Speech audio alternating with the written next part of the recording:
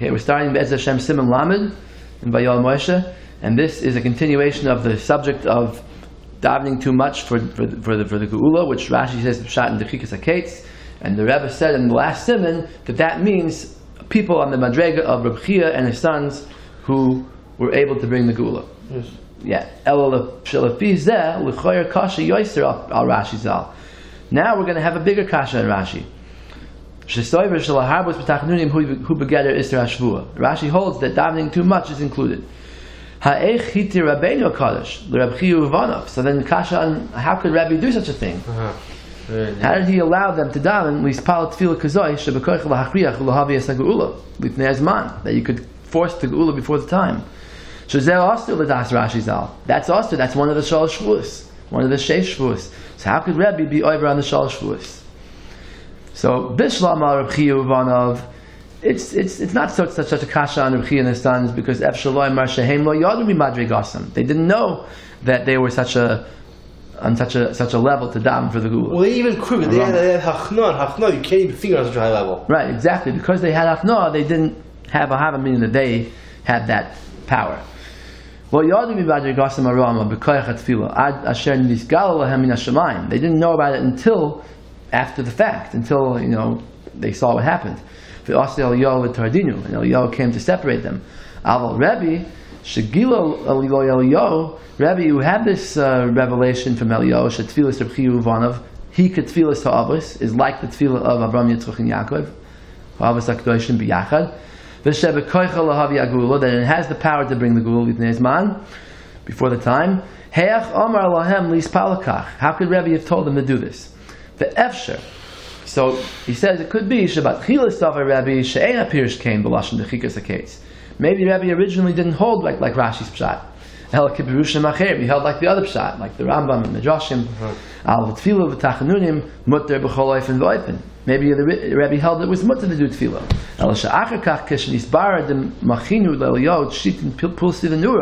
Afterwards, when Eliyahu got his 60 lashes of fire, because of this, and he stopped them, then it became clear that it's asked to do this.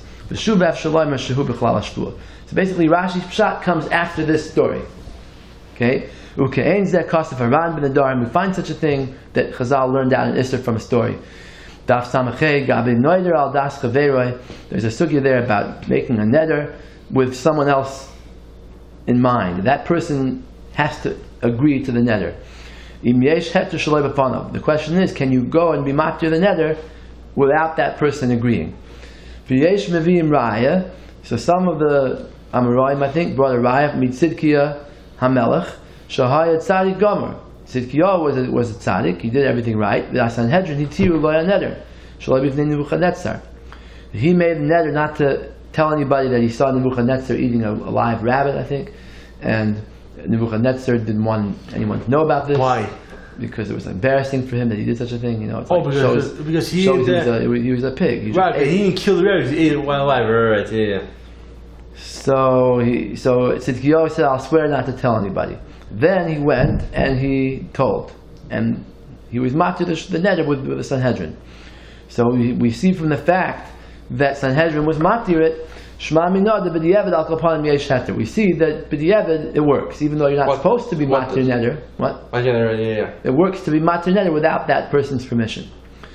Yeah, I guess the yesh mivi and rai may be rishonim. I don't know. V'harai v'dushar rishonim kosfu she'en lo havirayim misham. Everyone agrees that you're not supposed to do it. Maybe the Gemara probably just says you're not supposed to do it, but there's a machlokes rishonim if it b'diavad is chal. So some rishonim say b'diavad is chal. The Ravid and other rishonim say no. She'en lo havirayim misham. You can't bring a raya. Shari say re'ei mal also boy with Sanhedrin. You see what happened in the end. What happened in the end was that I think Nebuchadnezzar killed them, right? Because he said you were over on the neder. It could be that Rashi held the same way, that you kind of like learn out from the story what's the right thing to do. Even though a tzaddik does something and it turns out it was wrong, but you learn from the story that it was wrong. You can't bring a raya from Rebbe that it's allowed to daven like this. Because Adrabah, Kivin Shechazilin Shalai Iskimu Min HaShamayim. You see that in the end, Hashem didn't agree to what Rabbi did. Rabbi was that. Aval Adayin Kasha Ma Heviu LeRashi Zal L'Chadish Zeh. What caused Rashi to come up with this Chiddush? If you have to say it, yeah, you could say it. But why did Rashi say such a pshat that originally Rabbi was wrong, and then he turned out he was proven wrong, and that's why we know the pshat in the Shevuos? Why couldn't Rashi have just said the Afshaloi Iskimu Min HaShamayim L'Mayra Zagula? Even though Hashem didn't agree, it's not necessarily an Isser.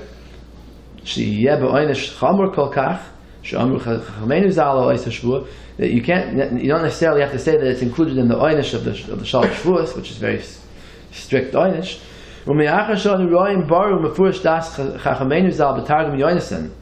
And more than that, if you see that Chazal say themselves a different pshat in this Shevuah, then why did Rashi have to deviate? Right? You see that Targum Yonasan and Chazal say V'kam Midrashim Pirush Achar Al D'chikas HaKetz. It's a different pshat. U'Pirush Rashi's Al Loi Nimsa Loi V'Shas Loi Midrashim. Rashi's pshat is not found anywhere. Adrabah L'choyer Yesh Raya Medivrei Rabbi L'Shehitir. We see Fakir. We see Rabbi was matir it.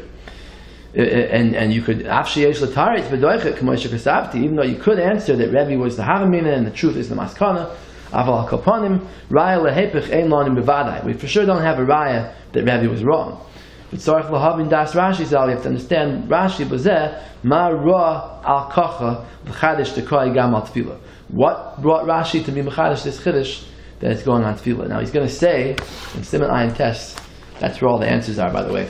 Well, that's quite a long part. Right. Siman Ayin. Some Rebbe's way of writing to always give answers so long later. Yeah, well that's the way that this Sefer works. So you have to know where to look. In the Siman Ayin Test, basically, yeah, I don't know. Most of the truths are found over here. And the teretz is going to be. Sorry, just a moment. It's on page Tzadik Daled.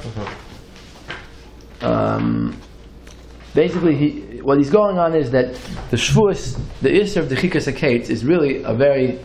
It's really a very big Isser. It's not just a Shevuah. It's more like Kfira.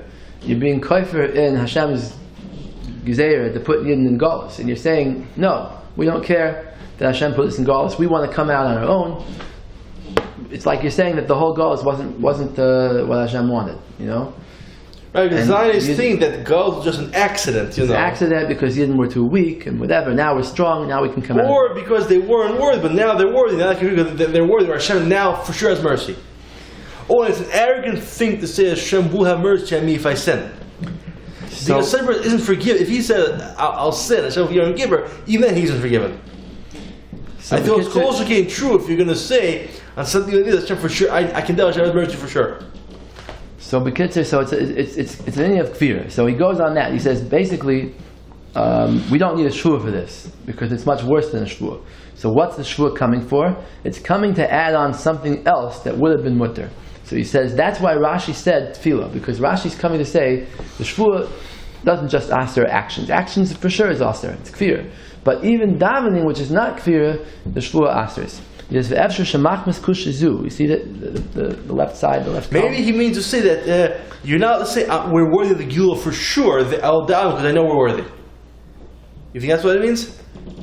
Well, it means only this kind of davening, though. It doesn't mean any kind of davening. Anybody could daven for the Geulah. But you can't say, I'm worthy for sure, I'm confident my tefillah it's for sure going to work. Even if you say that, okay, it's not right to say it, but it's not the Shevuah. Right, because that's right. We already have that thing in brachas. It says the three things, one of the is all right.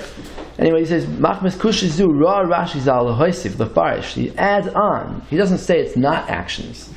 Like, I once saw a Zionist book, he said that it's from Yirmiyahu the cook. Someone wrote over his ancestor.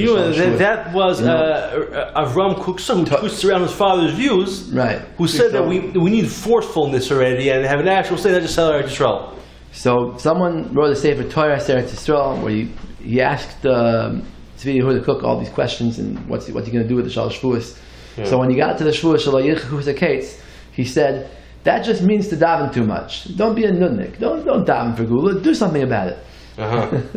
So, but it does say that's what it does say before. What?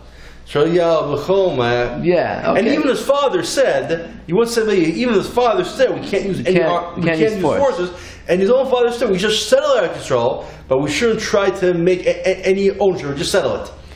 Right. Now, So he says that Rashi's not coming to say not action. Rashi agrees that action is aser, but he's saying to be moisif, to add on, l'farish dekoi gam al amar b'b'tachnunim yosim b'dayis, even going on someone who davens too much. Shezev vaday eno kvir beikar. To do that, that's not called kvir beikar.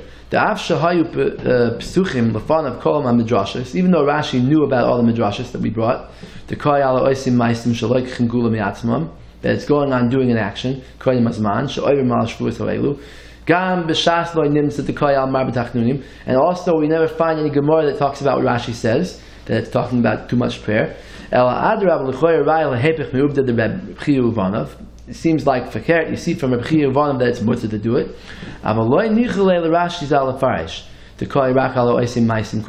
Rashi didn't want to learn that it's going on actions, only on actions, because that's much worse than a shvuah.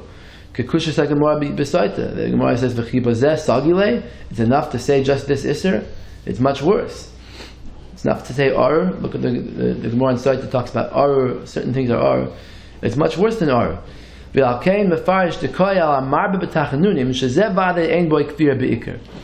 that's not called kfira, to daven too much. So that's why you need to have a shvuah on it. But for sure, the shvuah includes doing actions. That the shvuah goes on them and it gives you a bigger oynish. Wait, what's the bottom line conclusive explanation? The conclusive explanation is that Rashi added this pshat on because he didn't want to say actions, because then it would be, without the shvuah it would be aser. Yeah. You don't need a shvuah for that. So Rashi wanted to find something that goes beyond what's already aser. So it's not kfir to daven too much. Even Rabbi Uvanav is not kfir. It's just something that the shvuah came to add on. Now, what he says in the Hemshech here is that I'm not going to read the whole thing inside now, but he says that why did Rabbi think it was mutter? Because originally, remember, there were 6 oaths, right? And remember the Sugi and Ksubas, there's Rabbi Yehuda and Rabbi Zeir. Rabbi Yehuda holds that it's aser even for one yid to go to Eretz Yisrael. Yes. And Rabbi Zeir holds everybody together, but not one, right? Now, Rabbi Yehuda takes his isser from the Shalosh Shevuos, and Rabbi Zeir uses it for something else. So which of those Shalosh Shevuos, remember we talked about that? Yes. Which of the Shalosh Shevuos did Rabbi Zeir use for something else? So he says that it was the one Shalo Yidchu Chusaketz. That was the one. That Rabbi Yehuda holds going up to Eretz Yisrael as a yachid, as an individual, is that shvuah. And Rabbi Zeir says, no, it's not that, it's to daven too much. But the tzadashava shebohen, the common denominator between Rabbi Yehuda and Rabbi Zeir is they both come to add on something that's not really kfir. Going up like an individual to Eretz Yisrael is not kfir. Just moving to Eretz Yisrael. And davening too much is not kfir. So they both add on that as the shvuah shelo yilchiku. And before Rabbi's Maisa, people thought like Rabbi Yehuda. They thought that the pshat was, it's aser to go up as a yachid. They didn't think the pshat was tachnunim. After the Maisa, that's when they realized there was aser. So that's how he kind of explains what the Havamin and the Maskana was of Rabbi. I see. Okay. Shkayach.